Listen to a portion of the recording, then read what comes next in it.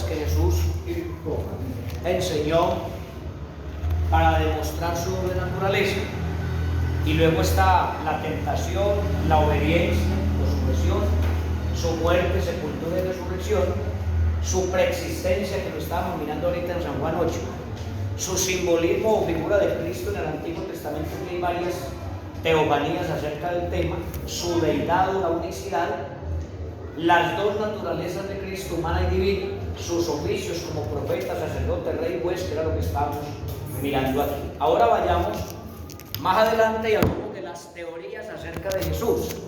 ¿Se acuerda que ahorita mirábamos al inicio cuando Jesús dijo, ¿qué dicen la gente si quién soy yo? Entonces miremos las teorías. Por ejemplo, básicamente son tres los conceptos que se tienen sobre la preexistencia de Cristo. Es de notar que todos convergen en la aceptación que Cristo existe desde antes de Belén, pero difieren en su concepto sobre la forma de la ya existencia o de esa existencia. Entonces, en primer lugar tenemos, número uno, ¿a quiénes les falta el módulo? ¿Ustedes lo van a hacer sacar, cierto? Sí, amén. Sería bueno que lo hagan sacar para que lo estudien, porque aquí no alcanzamos a ver ni un 10% del módulo. ¿Listo? Primero entonces están los que creen que Cristo existe eternamente, sin principio ni comienzo, siendo Dios en esencia, pero en la condición de un Dios secundario o como parte de la deidad, y nunca en todo Dios o en la plenitud de Dios, considerando independientemente como Dios el Hijo o el Hijo eterno, lo que decíamos ahorita. Y esta teoría es sustentada por el trinitarismo. Yo no sé si ustedes conocen en Medellín una iglesia muy grande que se llama Ministerio Verdad y Vida. Tienen una emisora que es las 24 horas, música cristiana y predicación. Y el dueño de esa organización es un señor que se llama, me disculpan por mencionarlo, Carlos Álvarez Victoria, muy reconocido, tremendo conferencista. Y a mí me gustaba escucharlo porque ellos tienen unos mensajes muy bonitos, muy bien trazados, y uno de todo eso aprende. Uno tiene que aprender a conocer al que es contrario a la fe de uno para uno saber cómo hablar con él.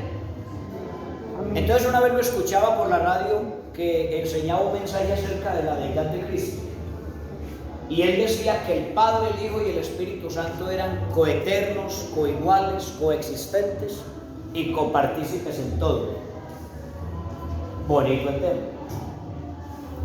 Pero llegó un momento en el que dijo que en el cielo había habido una junta extraordinaria, que cuando el Padre miró para la tierra y vio al hombre acabado y secuestrado y pisoteado por Satanás, entonces el Padre reunió al Hijo y al Espíritu, hizo una junta extraordinaria, y en la junta dijo: Hijo y Espíritu, hay que ir a salvar al hombre. Uno de nosotros le toca ir. Entonces miró al Hijo, el Padre miró al Hijo y le dijo: Hijo, como usted es el de menor rango o el segundo en esta línea, váyase usted, que usted va a sufrir mucho, lo van a maltratar mucho, lo van a volver añicos, decía, pero tranquilo que yo al tercer día lo levanto con la potencia del Espíritu. Entonces que al Hijo le tocó venirse. Entonces uno que es atrevido a veces, yo cogí el teléfono y lo llamé porque era violín. Yo lo llamé y dije yo: pastor, hombre, qué bueno que me comunico, muy feliz de escucharlo, pero me queda una duda en su enseñanza. Usted hace unos minutos atrás estaba hablando de la coexistencia, la coigualdad, la coeternidad, que eran copartícipes en todo, pero luego dice que el Hijo, por ser de menor rango, le toca venirse a morir en una cruz humillado como un criminal. Entonces mi pregunta es: ¿dónde queda lo de copartícipe, coeterno, coigual, coexistente? ¿Dónde queda? Y ahí mismo me colgó el teléfono. Uno sabe cuándo le cuelga la llamada, porque el teléfono de donde yo estaba llamando es un teléfono que cuando se le va a colgar la llamada comienza un pitico, pip, pip, pip, eche de moneda. Pero el teléfono no pitó, sino que ¡pum!, de una. Pero cometieron el error porque él estaba en la cabina con la esposa, y la esposa no se acordó que tenía el micrófono abierto y dijo al aire: ese mínimo es un Jesús solo. Pues yo lo escuché, todo el mundo escuchó. Entonces mire que es que hablar tan bonito de un tema para después volver a la misma. ¿Por qué? Porque no hay una definición, no hay una seguridad. Entonces esta teoría enseña que Jesucristo es un Dios desde la eternidad, igual al Padre, pero con menos autoridad, y que es eterno, y por eso a usted no se le haga extraño que una persona diga que Jesús es el Hijo eterno de Dios. Pero ¿cómo va a ser eterno si nació en Belén? ¿Y cómo va a ser eterno si, según Pablo en la primera de Corintios 15, dice que su ministerio como hijo termina en el milenio, cuando deje de ser hijo y se siente en el trono blanco de Apocalipsis 20:11 a ejercer su función como juez del universo? ¿La cogió? Vamos a la siguiente teoría, la segunda.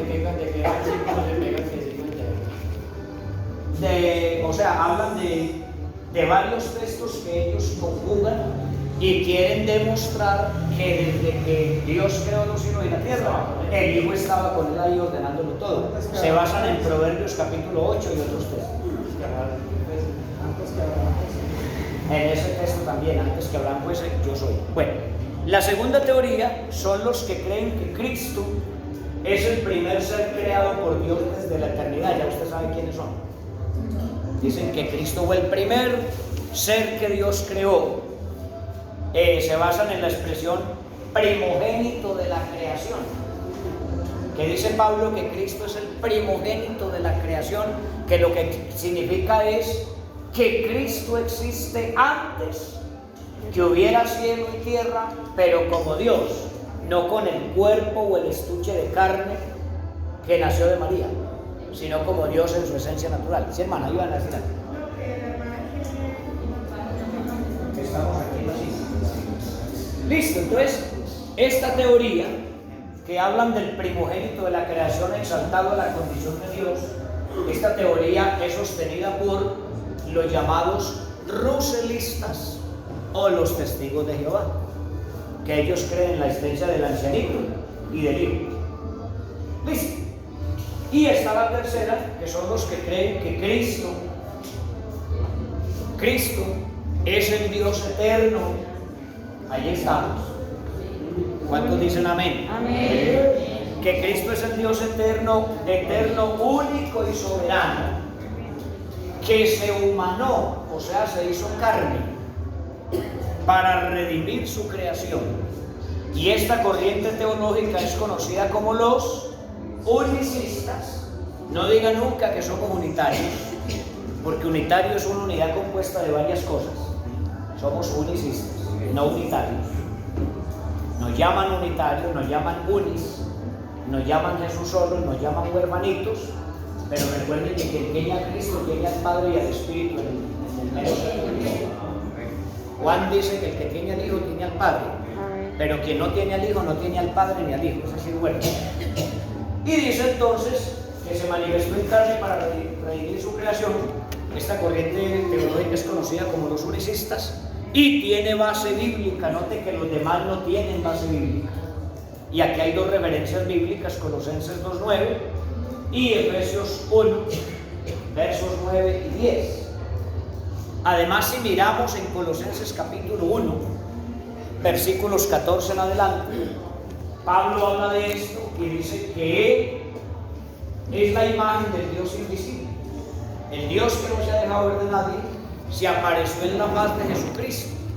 Entonces encontramos, y por eso les decía esta mañana, que para entender y comprobar que Jesús es Dios no necesitamos abrir la Biblia, solo que usted conozca la palabra y se ubique en el texto.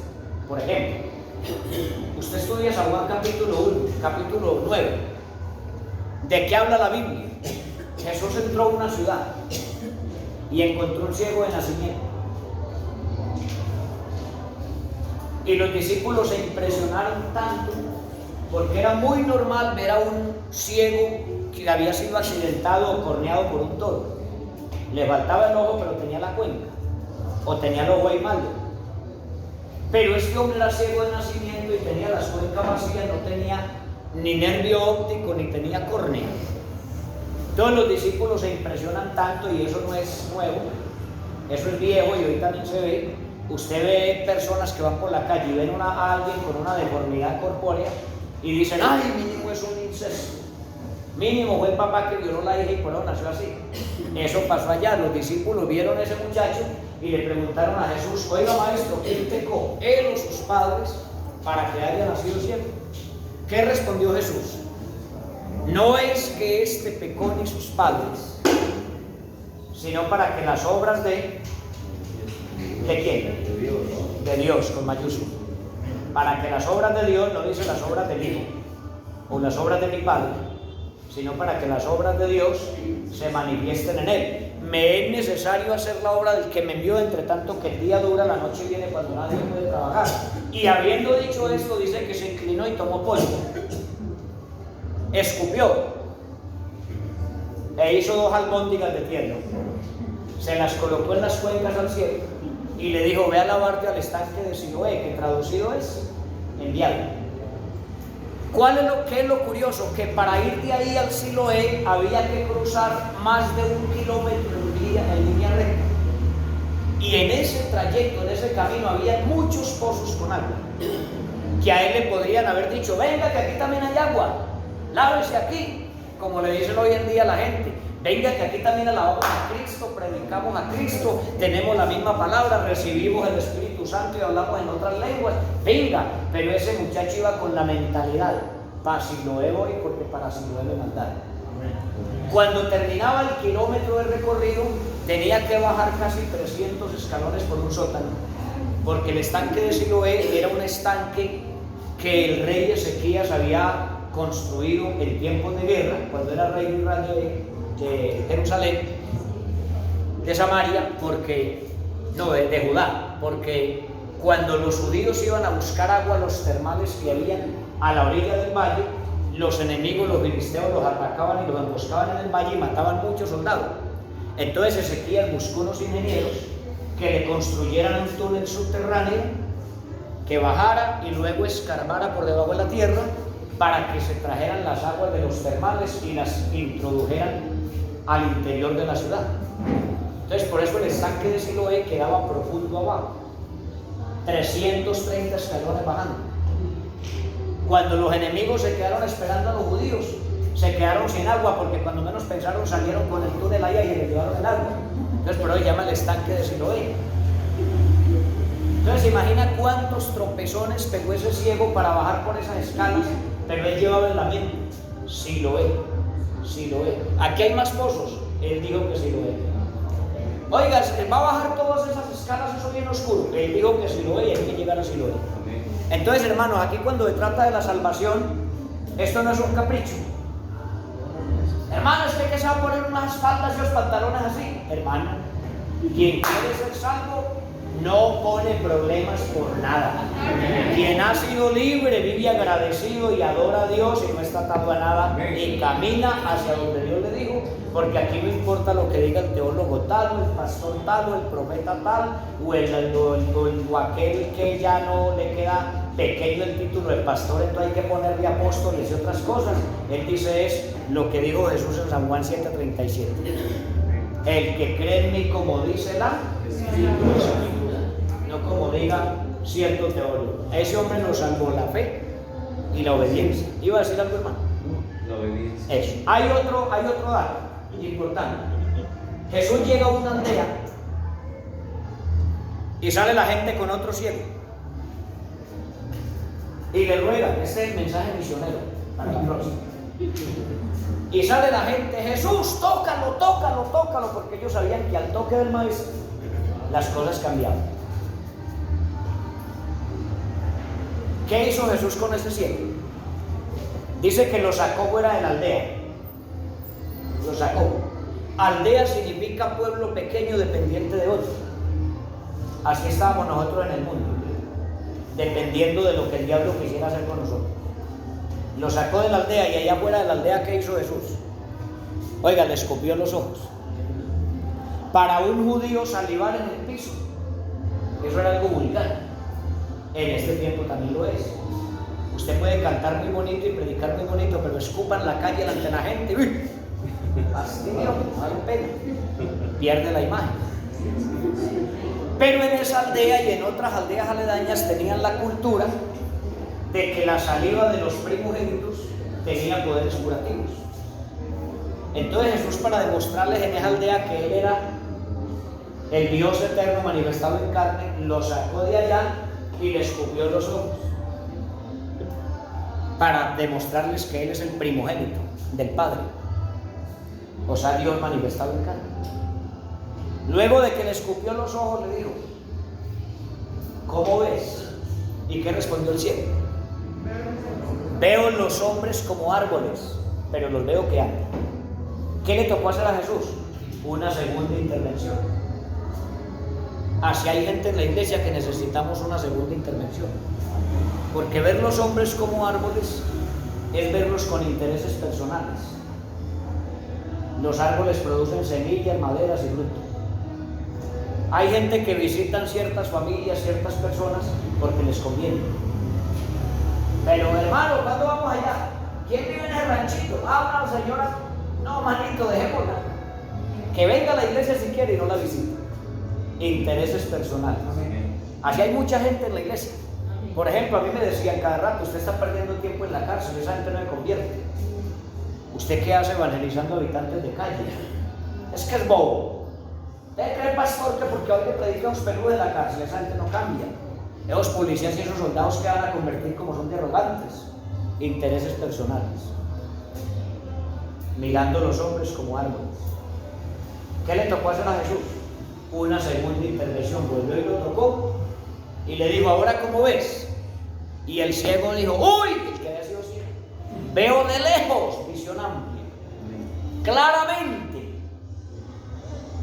y a todos, sin distingo social, racial, intelectual, nada, porque el reino de los cielos es abierto a todos. La pregunta es, si nos devolvemos, ¿cuándo había tomado Dios polvo de la tierra para crear algo? Cuando creó al hombre. Y por eso Jesús dijo: no está así porque sus padres hayan pecado ni porque él pecó, sino para que las obras de Dios se glorifiquen en él. Le puso los ojos que le faltaban, para que ellos entendieran que él era Dios, pero ellos no lo entendieron.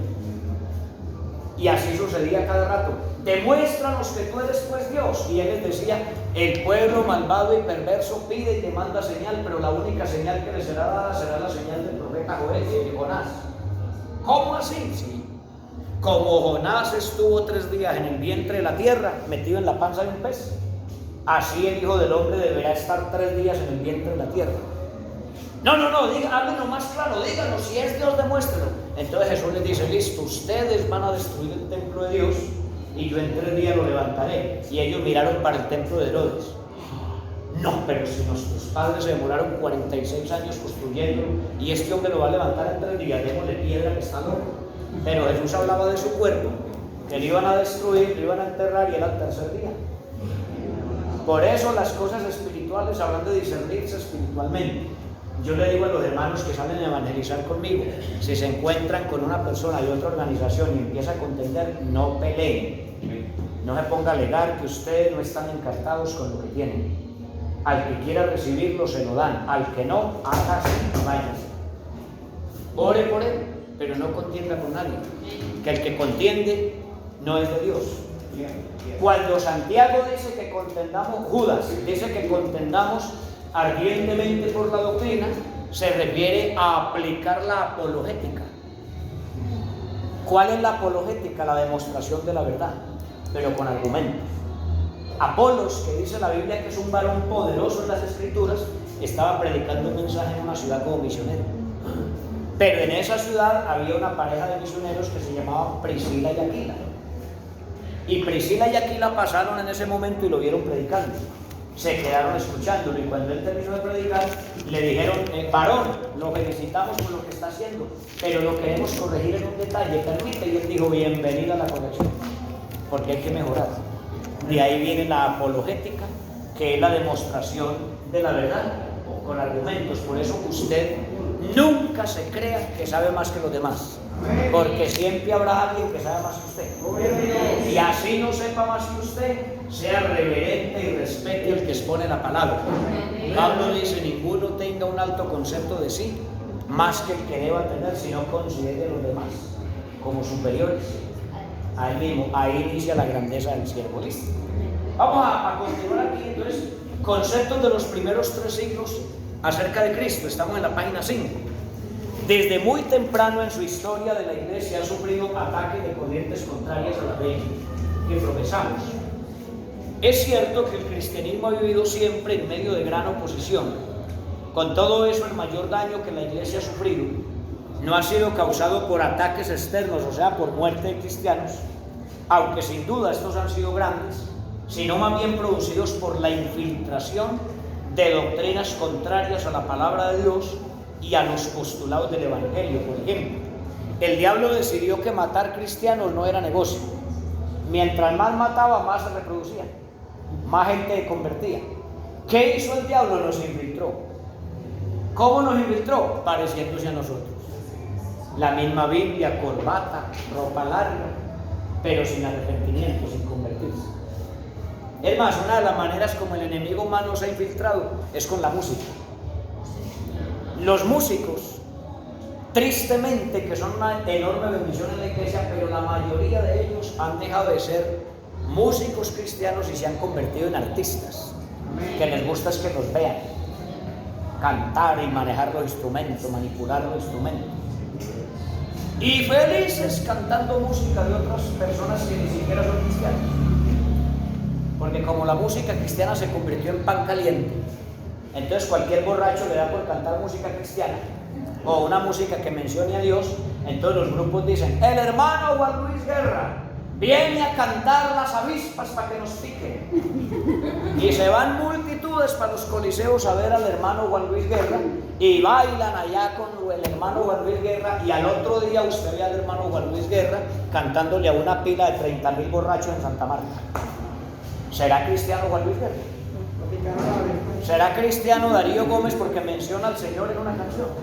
Entonces a la música hay que hacerle exégesis, mirar lo que se canta, porque la Biblia dice que cantemos con entendimiento, con inteligencia. Pero imagínense la iglesia: me robaste el corazón. ¿Cómo?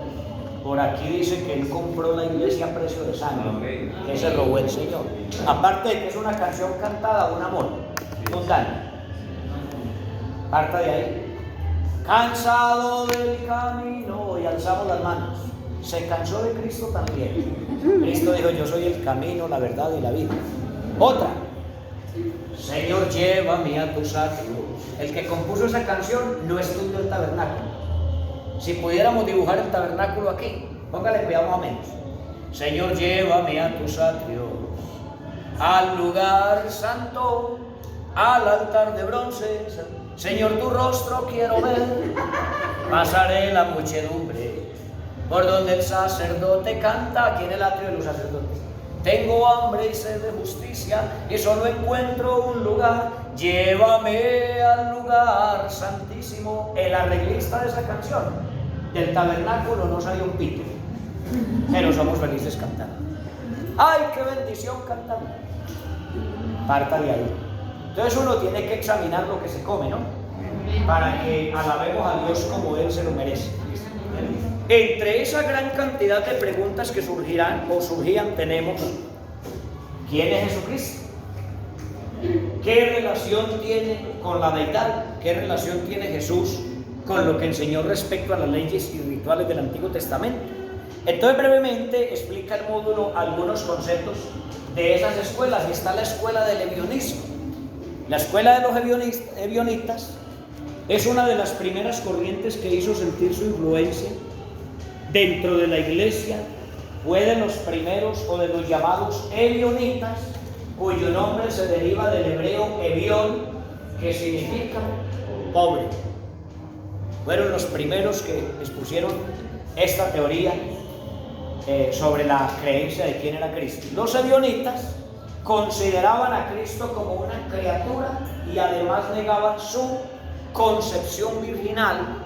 También tenían la tendencia a interpretar la persona de Cristo como un mero hombre que simplemente fue privilegiado por el descenso del Espíritu Santo sobre su persona y la hora del bautismo, a la hora del bautismo. Ellos decían, él fue de buenas que vino el Espíritu y lo ungió, pero él, de hecho, algunos, y aquí sale la creencia de algunos escépticos, que dicen que Jesucristo, cuando se le perdió a sus padres a la edad de 12 años, se desapareció y se fue para la India, y que estuvo 18 años estudiando brujería, y que cuando regresó a Jerusalén, por eso hacía sus milagros, que eran puras artes mágicas, y se basan ahí. Otros, por ejemplo, como el protagonista del Código Da Vinci, dice que Jesús fue amante de María Magdalena y que no se dejó besar de ella ni abrazar en el momento de la resurrección, pero por ocultar la relación que tenía con ella. Y de cualquier texto mal interpretado sacan una cantidad. Hay una religión nueva que se basa en Proverbios 8 y han puesto unas vallas en Medellín y en las grandes ciudades donde dicen, ya Dios vino y es una mujer, se llama Melquisedec. ¿Lo han visto? Y ellos leyendo Proverbios 8, entonces llegan donde una persona que nunca ha leído la Biblia y le dicen, Dios tiene una hija y es una prostituta. Vean cómo habla ella aquí de bonito, y habla en Proverbios 8. Y la Escritura dice, yo fui engendrada antes que hubiera tierra. Cuando Dios organizaba todo, la tierra, el cielo y el mar y las estrellas, yo estaba con Él ordenándolo todo, y mi deleite estaba con los hijos de los hombres. Entonces ellos dicen, sí, ve que a esa mujer le gustaban los hombres, era una bandida. Y la gente que no ha leído la Biblia dice, ay, sí, qué revelación tan grande la que tenemos. Y resulta que el capítulo 8 de Proverbios es el discurso de la sabiduría. Está hablando de la sabiduría como testimonio de que Dios hizo todo con perfecta sabiduría. Pero cogen una persona que nunca ha leído la Biblia y hacen creer. Es como los textos que usan en Apocalipsis para hacer creer que hay dos dioses. Vino y tomó el libro de la mano derecha del que estaba sentado en el trono. Y hay otros textos, por ejemplo Apocalipsis 14, ¿quién lo lee? Para que lo miremos brevemente. Esas, hay muchos.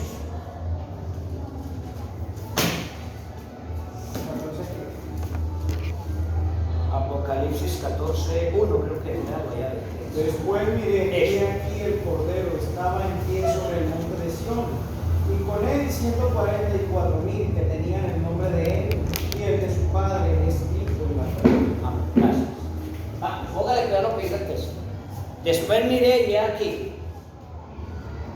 el Cordero de ilusión, y con él 144,000 que tenían el nombre de él y el de su padre. Si ven, ahí estaba el Hijo y el Padre, pero luego dice escrito, dijera escritos en su frente. ¿Sí o no? Miremos otro. Apocalipsis capítulo, voy a mirarlo aquí, que es que me trae una Biblia que no. 22 versículo 3. Y no habrá más maldición. ¿Lo tienen? Sí. Y el trono de Dios y del Cordero. ¡Ay! Se ve que son dos. El Dios y el Cordero. Dice, estará o estarán. Si son dos, deben de tener dos tronos. Pero dice, estará en singular. Estará en ella. Y dice, y sus siervos le, no dice les, o lo servirán. Pero no dice les o los, dice lo servirán. Verso 4. Y verán su rostro. Dijera sus rostros. ¿Sí o no? Y luego dice, y su nombre, no sus nombres, estará en sus frentes. Si alguien no ha leído la Biblia y lo ponen a leer eso, se cree el cuento de que hay padre e hijo. La palomita está por dando vuelta, pero que hay dos ahí. Listo. Vamos a mirar en segundo lugar el gnosticismo. Los gnósticos, la palabra gnosticismo se deriva del vocablo griego gnosis, que significa conocimiento. Eso es lo que tiene el mundo copado hoy. La gente tiene mucho conocimiento, pero no saben quién es Jesús. Conocimiento vano. Porque la gente afirma que Jesús es el segundo, Y Jesús mismo dice: yo soy el primero y el último, el alfa y el omega, el principio y el fin, el que era, el que es, el que ha de venir, el todopoderoso. Si usted llega al banco a pagar los servicios públicos y usted le dice a la cajera: señorita, yo soy el primero y el último en la fila, ¿qué le está diciendo? Que está solo, no hay más. Y Jesús dice, se le aparece a Juan en Patmos y le dice: levántate, no temas, yo soy el alfa y la omega, principio y fin, el que era, el que es, el que ha de venir y el todopoderoso. Y estuve muerto, pero he aquí que vivo por los siglos de los siglos y tengo las llaves del infierno y del Hades. Juan dice: cuando lo vi caí como muerto a sus pies, pero él me puso la diestra encima y me dijo: no temas, levántate. Aunque el mismo Cristo afirma que es Él, los hombres se empeliculan y se mueren diciendo: no, es que Él es el único, es que Él es el segundo, es que Él es el tercero. Y otros dicen que Jesús, a mí un señor en la cárcel me decía: Jesús, un guerrillero. ¿Para usted quién es Jesús? Y me dijo: Jesús fue el revolucionario más grande que hubo en la historia. Yo, revolucionario, ¿y por qué? Y me dice: porque ese mancito, en 3 años y medio, con 12 peludos, sin una pistola y sin una espada, partió la historia de la humanidad en 2 y revolucionó al mundo.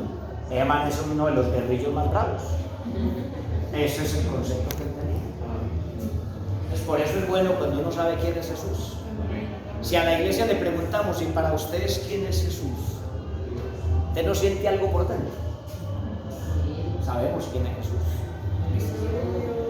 En cuanto a Cristo, los gnósticos decían que era una emoción,